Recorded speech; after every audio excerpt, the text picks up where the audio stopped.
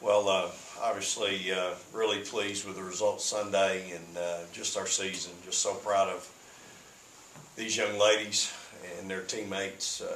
It's just, again, incredibly hard to do. And I think the results today with the accolades that some of our team received today is certainly well deserved. We gave them yesterday off. We shot today, watched some film today, but just felt like they could use another day really off their legs. And so we'll get back at it tomorrow on Thursday with our normal 2 days of prep and be ready to go Friday, whoever the opponent would be. So, questions for players? Ladies, congratulations on your awards. Victoria and Blair, could you comment on the individual awards that you received? Yeah, I'm very grateful, and I couldn't have done it without my teammates and coaches. Yeah, pretty much the same. Like, I mean, honestly, I couldn't be able to take charges if I didn't have trust in my teammates. We're gonna have my drop to go get my person, so there's a lot of trust right there. So it's a complete team effort, and I feel like our whole team could have individuals that could earn a specific award, honestly, because we have a lot of people that do a lot of great things, so that we're able to win. So trust is the thing that you're thinking of when somebody's going to truck you right in your chest. Because if they pass it and I don't get the call, somebody else has to have my back and go get my person that I left to help somebody else. So it's a big circle of trust. Blair, talk about the scholarship part of it, because that is huge. I mean, you got to learn how to balance schoolwork and core and everything. So how do you do that? Yeah, I mean, my academics have always been something that I really try to stand firm in, whether it was in high school or now in college. I really take pride in having good grades, so just to be able to really just stay tough through it all, through away games, just the grind of basketball, and to come out with such a great honor for a GPA like that is really special to me.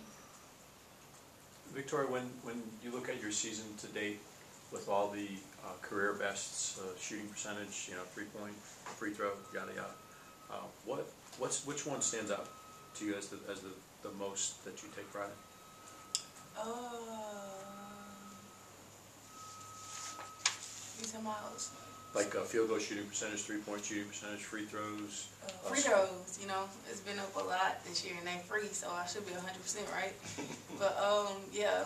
I'm like at 80 something. I used to be in the 70s, and I think that's the one I'm most surprised at.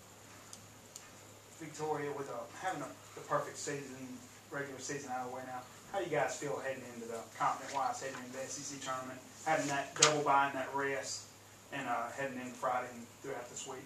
I mean, it feels good, and when we get to just sit back and watch other teams play, but knowing we still have to play, I feel like that. We're excited about it, and we're just going to take every day one day at a time and just focus on, I guess, trying to come out top on the championship game. Hey Blair, in an undefeated season, there's never a time where there's obviously a loss where we could point to and say, okay, that was the turning point for this team, where it became a lot better or grew from there. So with an undefeated season, what is the turning point for you guys where you became better than what you already were? I just think our coaches always put in this mindset for us that we don't need to lose to catch our attention. So I feel like our attention is constantly renewed every day on what we need to focus on and how we don't need to lose track of our vision and how we can still have this vision and not lose. We don't have to lose in order to stay on track. So I think it's just our coaches implanting that in our minds, and then us taking on that mindset also as a team. Was there ever any point after a win where that became more clear to you guys, what you guys were capable of at any point? I just think as the season continued to go on and we continued to show baby steps throughout certain games, certain people would step up and we would just see improvements in our team chemistry. And I just think that over the full season so far, they've been adding up. And so our coaches just continue to say wow, good job in this game. You really stepped up, showed a bit of improvement here. Just pointing out each person on our team. And then going from there and just saying, this is what we need to continue. We don't need you to stop doing that. We need you to continue to do that and then have everybody else continue doing what they're good at so that we can continue to win. Well, we didn't, I'll add to that. We we've talked from day one about winning championships. I put it on them early. You'll be favored in every game you play in. So if we do get beat, it'll be an upset. And they've been able to wear that. And they tell you, I told them that early on. There won't be one team ranked higher than you. You know, once we got up where we were 2-3, I said, so if we do stub our toe, it's because we weren't, you know, it's nobody's fault but our own. It ain't because somebody's ranked higher than us or they should be better than us. And this team's wore that. Again, I think you have 4 seniors. That doesn't bother them. They're not fazed by that. They're you know, they've handled it really well. Again, today's a special day, but you know, we could go, you know, Roe has been playing extremely well. She's averaging 15 points a game in our last 5, shooting 58%, almost 59 from 3, 50 from 2. She shot 48% from 2 and 3 during the course of the SEC season. And again, they asked me the other night before the game the other day at Kentucky, you know, if there was one player, what one player do I think that would really affect us? And the answer was, it's all of them. I think one player in this group could really, I don't want to play without any of them. And I think each of them affects us in a different way. Certainly we've been able to manage a foul trouble here and there, but for the course of a ball game, all these kids impact our team in such a big way. And again, they all play a major role. And I just, again, I think it's what it makes us so special. So we've not run from expectations, the bullets, the bullseyes, not the bullets, but the bullseyes. We haven't run from those two on the back of our, you know, on our backs. We've accepted those from anything and everything, and our kids have handled it. Blair, in being here for all 4 years with Victoria, what stands out as the area that you think you've seen the biggest growth, maturation, development, whatever word you want to use? In Victoria or the team? Yeah, in Victoria. In the team. I just think, well, 2 things. I think her ball handling is a lot better, but I also think she's taking a lot better shots. Like, her shot selection is really, really good. And I think just from freshman year, we needed her to just score. It didn't matter, like, really, the shot quality wasn't of the #1 importance because we weren't as a developed team yet. But I think just now she's able to impact our team at a really high level while taking good shots and making really, really good decisions all the time. So I think just that and her overall game, really, ball handling, making good moves against other players, and just dominating them when she goes one-on-one. Ro, what would you say the team's mindset is going into Friday, into a tournament type setting? I think we're focused, and at the same time, I think we're still hungry because we haven't achieved our overall goal yet. So we still have to maintain and stay hungry. How do you guys, Ro, how do you box up this part of the season? Because Coach talked about there's parts of the season. You guys have finished this part. Do you box it up and stick it on the mantelpiece? And well, that's nice, but let's move on. I think it's just like how when we raise our banner at the Final Four, is when it's up, it's done, and we still have more things to accomplish. So I think we just have to put it behind us and know that we still have other championships that we want to get to. So. Any other questions for players? All right, thank you, ladies. Thank you, ladies. Good job, ladies.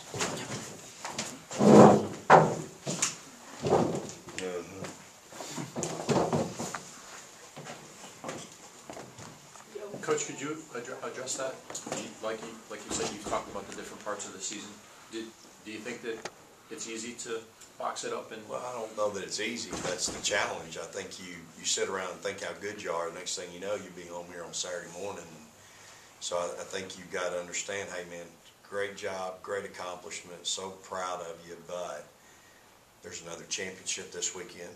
And then after that, there's another part of the season that in a lot of circles is the most important part of the season. You know, you go through this grind we just went through. You go through non-conference, then you go through a 16-game conference grind, Now, okay, congratulations, now you get to go play in the conference tournament, you're gonna play back to back to back. Then, okay, by the way, congratulations on that, now we're gonna go play in the NCAA tournament, which some people think is the most important time. So, you know, what's our legacy, how we're evaluated, what people think of us.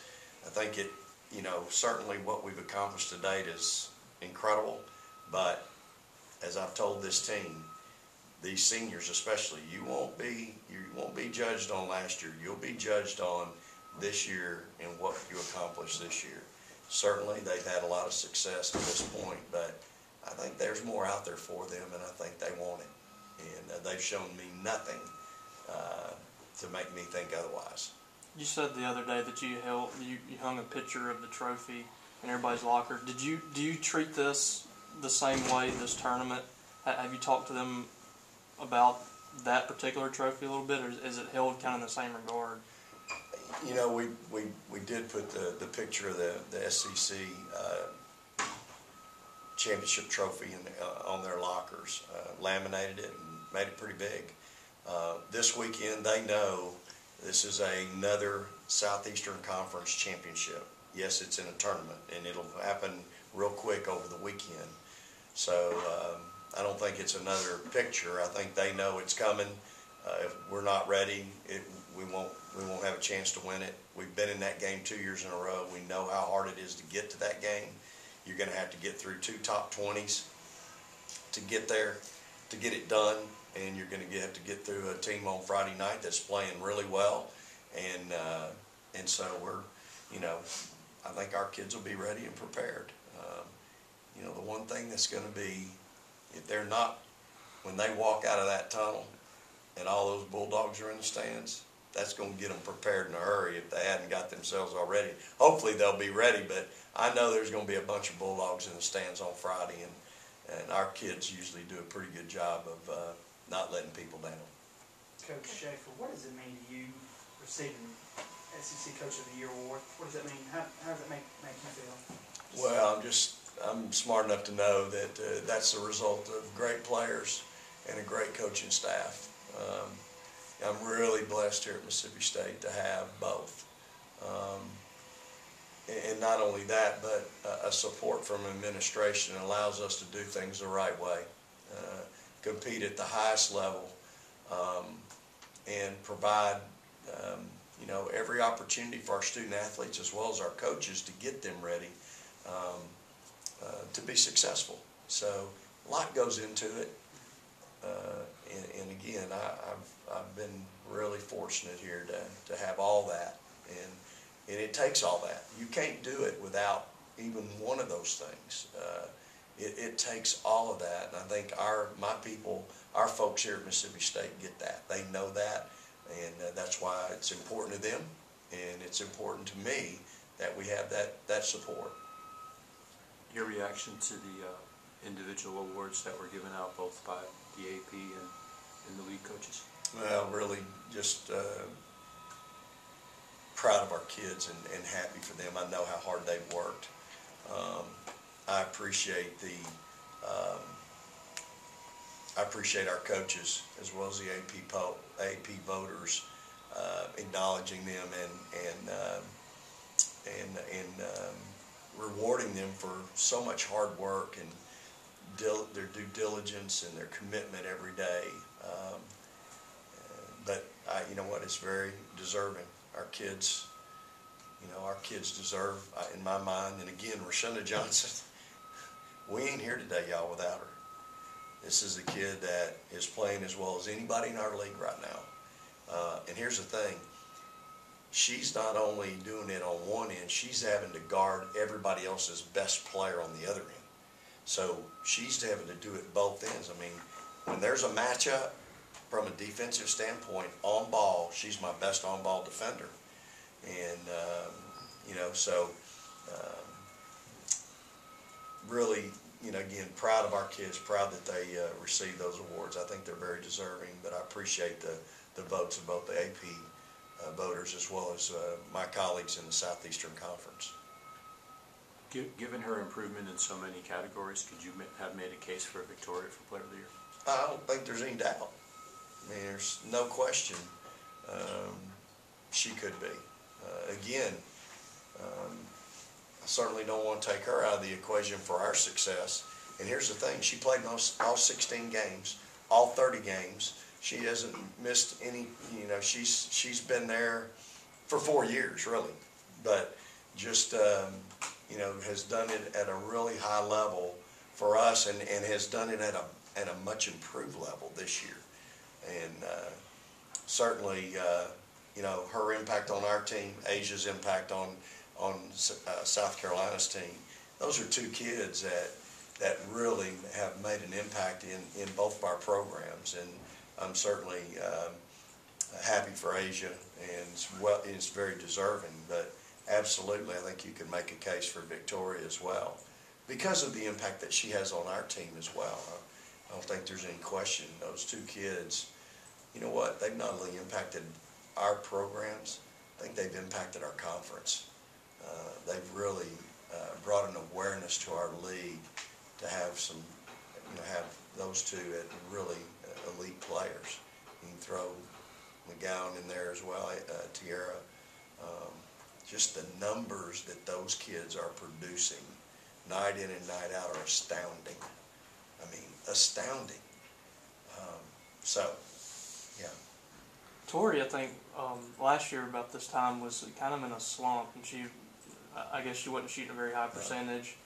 She really hasn't had a slump really at any point, at least not like she had her previous 3 years. Right. Was there anything that she did differently during the off season, or was it just getting in the gym? What was kind of the difference? You know, I'm going to say that her success has been a result of the position there she's in now, which allows her to take a different shot, a better shot.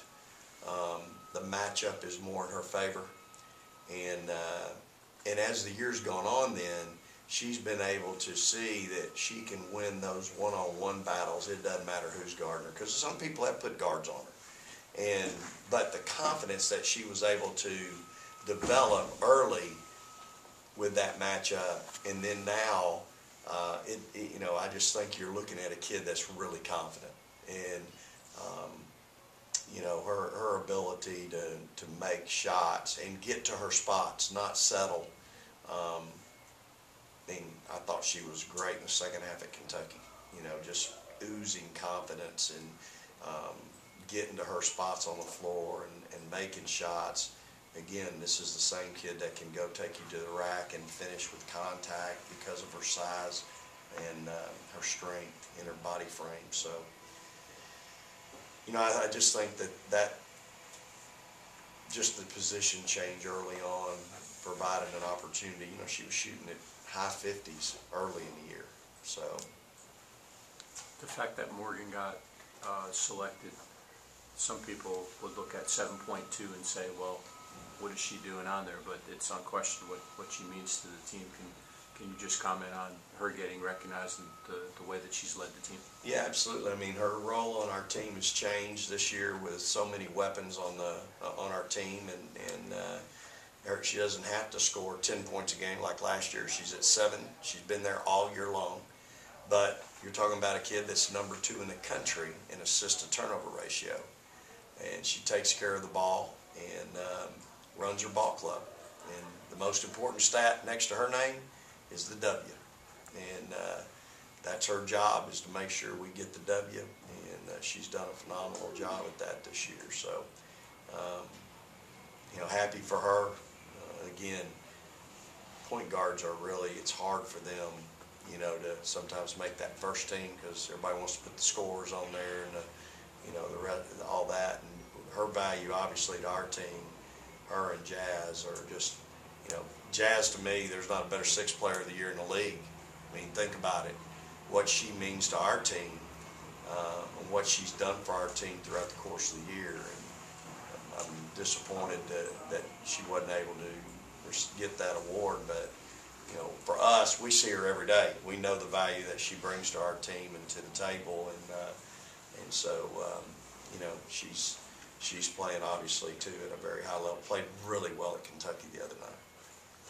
Can you add any added words to players like Chloe and to Jazz and to Briamber and to Jordan and Yeah, I mean they all have a role, and they all are a big part of what we're doing. I mean we're not going to be 30-0 today without those kids.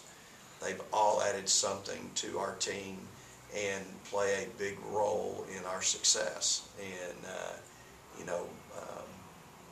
Chloe said it today. She said, "Coach, there's a lot of really good freshmen in this league." That's a pretty true and profound statement.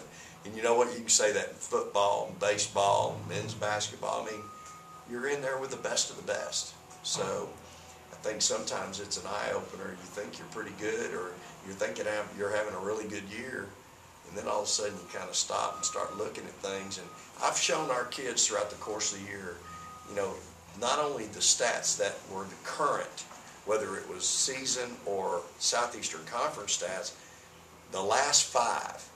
I've shown them those last 5 games always to keep them abreast of, okay, you think you're playing good, let's look at your numbers.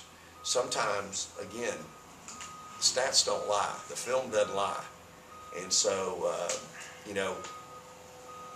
like I said, Rowe's numbers in the last 5 games are off the chart. 50 from the floor, 58 from the field, 1,000 at the line, 2-to-1 assist to turnover, 2 steals a game, 15 points a game. Man, that's pretty important. It's pretty impressive. So, again, it's what's allowed us to be as successful as we are right now because we have so many weapons. If somebody is in trouble, does get in foul trouble, we do have an issue. We've had people step up. In a tournament setting where you don't know who your opponent's going to be, what are you going to focus on for the next week in practice? So we'll have a couple of days where I'm a fundamental guy, so we're going to work on fundamentals for 2 days anyway. Obviously, the Kentucky Scout is fresh on our mind, if in fact that's who we play. The Alabama Scout would be something newer. So we'll mix in some Alabama stuff in the next couple of days to be ready for that. But